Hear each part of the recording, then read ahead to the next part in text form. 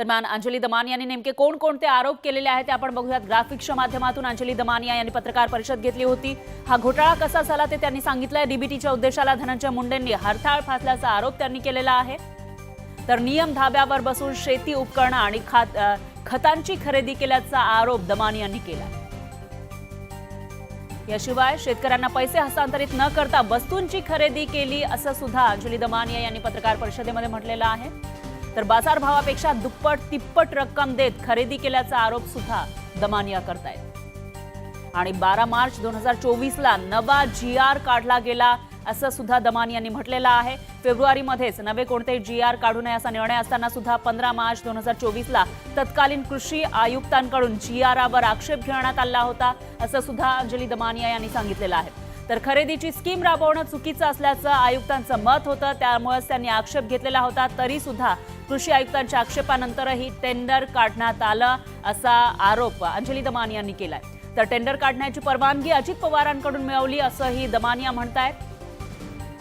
तर तत्कालीन सीएम एकनाथ शिंदेंनी आदेशावर सही केली होती, त्यांची ही सही धनंजय मुंडेंनी मिळवली असाही आरोप दमानिया यांनी केलाय। 12 मार्चला GR काढला आणि 16 मार्चला पैसे दिले असं सुद्धा दमानिया यांनी या ठिकाणी म्हटलेलं आहे।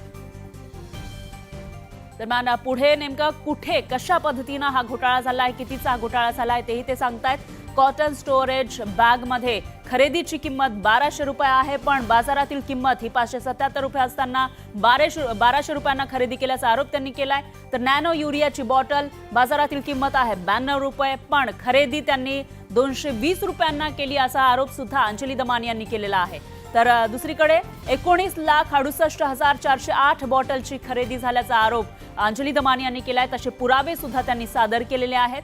आणि त्याचबरोबर फवारणी पंप ज्याची बाजारातील किंमत 2400 रुपये आहे, पण खरेदी मात्र 2500 रुपयांना केली गेली असा आरोप सुद्धा अंजली दमानिया यांनी केलेला आहे। याशिवाय नॅनो DAPची बॉटल ही बाजारातील त्याची किंमत आहे 269 रुपये, पण खरेदी किंमत 590 रुपये असल्याचा आरोप सुद्धा अंजली दमानिया यांनी केला आहे। म्हणजे दुप्पटीपेक्षा जास्त किंमत लावून ही सर्व खरेदी झाल्याचा आरोप हा अंजली दमानिया करतायत।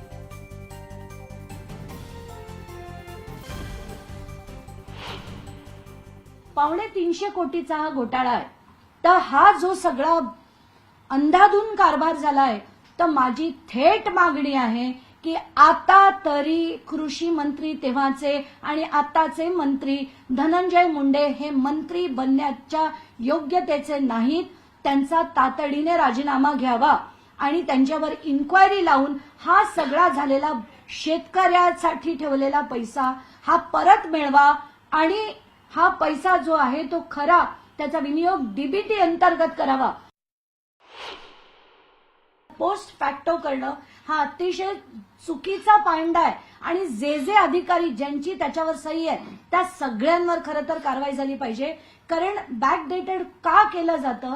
कारण कुठेतरी झालेला मोठ्या प्रमाणावर गैरव्यवहार आहे तो लपवण्यासाठी बॅकडेटेड केलं जातं। तर तुम्ही जर ते पत्राची तारीख बघितली ती 16 मार्च आहे, पण त्याच्या सह्या ज्या झालेल्या आहेत डेप्युटी सेक्रेटरी पासूनच्या सगळ्यांच्या त्या मे महिन्याच्या आहेत। हे आता प्रत्येक माध्यमाने दाखवावं आणि हा किती मोठा भ्रष्टाचार आहे आणि सरळ सरळ लूट आहे। आणि कोणाची लूट आहे? तर ती शेतकऱ्यांसाठी दिले गेलेले पैसे होते। 1000 कोटीचे जे सँक्शन होतं ते शेतकऱ्यांसाठी होतं, धनंजय मुंडेंसाठी नक्कीच नव्हतं। मला असं वाटतं की त्यांना कदाचित त्याची कल्पना नसेल, कारण त्यांना हे जे GR काढला गेला होता तो खूप आधीचा GR होता 2017 मध्ये, की डीबीटीच्या बाहेर काढणं ते GR काही एवढं रेग्युलरली कोणी बघत नाही आणि जवळजवळ 8 वर्षांनी तर नक्कीच नाही। त्यामुळे मला असं वाटतं की त्यांना कदाचित माहित नसेल की त्यांच्याकडे ते अधिकारच नाहीयेत याच्या बाहेर काढण्याचे, डीबीटीच्या बाहेर काढण्याचे, म्हणून त्यांनी ती सही केली असावी। त्याच्यावर वित्तमंत्र्यांची पण सही आहे, म्हणजे अजित पवारांची देखील सही आहे। एका रात्रीत अशी काय घाई होती की ते एका रात्रीत करण्यात यावं? कारण त्यांना निवडणुकीसाठी पैसा हवा होता, कशासाठी पैसा हवा होता, या सगळ्या गोष्टींचा उलगडा आता धनंजय मुंडेंनी करावा। मी भेट का घ्यावी? मुख्यमंत्र्यांचं कर्तव्य आहे की प्रत्येक गोष्ट, आज जर डीबीटीचा पैसा आहे, जे मोदीजी म्हणाले होते की हा शेतकऱ्यांना लाभ मिळत नाहीये, मध्ये पैसा खाल्ला जातोय, तर जर मुख्यमंत्र्यांना योग्य वाटत असेल, मोदीजींचं म्हणणं आमचं सोडा, मोदीजींचं म्हणणं योग्य वाटत असेल तर त्यांनी त्याच्यावर तात्काळ कारवाई करणं भाग आहे. कारण डीबीटीमध्ये हे करूच शकत नाही. हे एक नाही, अनेक GR म्हणतात. अनेक वेळा अनेक अधिकाऱ्यांनी स्पष्ट मत आहे, या कार्यालयाचं स्पष्ट मत आहे असं देखील लिहिलेलं असताना जर धनंजय मुंडे हे देत असतील, वित्तमंत्री सही करत असतील, तर निर्णय काय घ्यायचा हा मुख्यमंत्र्यांनी आता घ्यायला हवा. काल रात्री उपमुख्यमंत्री अजित पवार यांनी बीडमध्ये एक 3 जणांची समिती स्थापन केली आहे की जे तिथली अनियमितता बघेल. पण अजित पवारांना मी दिलेले जे कागदपत्र होते आणि आत्ताचे जे कागदपत्र आहे याची चौकशी कोण करणार हे त्यांनी ठरवावं. कारण आता मी कोणालाही सांगणार नाही, हे सगळे सांगण्याच्या पलीकडे गेले आहेत. खरंच तुम्हाला राज्याबद्दल काही असेल, खरंच तुम्हाला शेतकऱ्याबद्दल कळकळ असेल, त्यांना ते पैसे पोहोचले पाहिजे अशी कळकळ असेल तर कारवाई आता तुम्ही करायलाच हवी. इफकोच कंपनीची बॉटल 500 ml चीच बॉटल आहे. त्याच कंपनीची बॉटल जर आपल्याला 92 रुपयाला मिळते आणि ही जर सरकारने एवढ्या 19.5 लाख बॉटल्स घेतल्या आणि त्यांना समजा तो 92 रुपयाचा जरी दर पकडला तरी मी आज म्हणते की 50% पैसे गेलेत. पण जर त्यांनी बल्क रेट पकडला तर हा म्हणजे 70% जवळजवळ पैसे शेतकऱ्यांचे यांनी खाल्लेत हे स्पष्टपणे दिसतंय, स्पष्टपणे. आणि आता तरी भगवान गडानी पाठिंबा काढून घ्यावा अशी नम्र विनंती. आता तरी याच्यावर त्यांचा राजीनाम्याची मागणी करावी अशी भगवान गडाला सुद्धा या निमित्ताने नम्र विनंती आहे माझी. दरम्यान मनोज जरांगेंनी ही धनंजय मुंडे यांच्यावर टीका केलेली आहे. बघूयात काय म्हणतायत मनोज जरांगे पाटील. ते पहिल्यापासूनच खूपच घोटाळेबाज आहे, लफडेबाज, घोटाळेबाज. म्हणजे एक राज्याला तो मोठा दुर्दैवी डाग आहे, दुर्दैवी डाग आहे.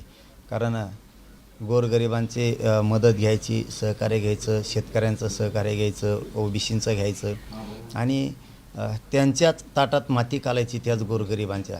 हे त्याचं एक पिंड झालेलं आहे की गरज आहे तोपर्यंत जवळ घ्यायचं आणि त्यांनाच चुरून खायचं. ही त्याची पूर्वीपासूनची पद्धत ही ती आता अवघडी पडली. कारण लोक पहिल्यांदा बोलत नव्हते. एवढं जर भ्रष्टाचार एक मंत्री या राज्यातला करत असेल तर याला सरकार जवळ करतच कसं.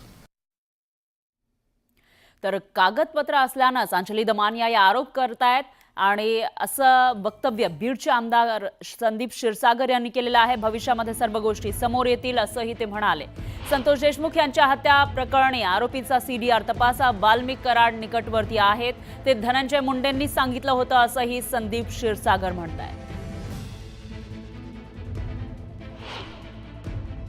अंजली ताई दमानिया जर बोलल्या बसतील तर ते कागदपत्र असल्याशिवाय ते बोलत नाहीत.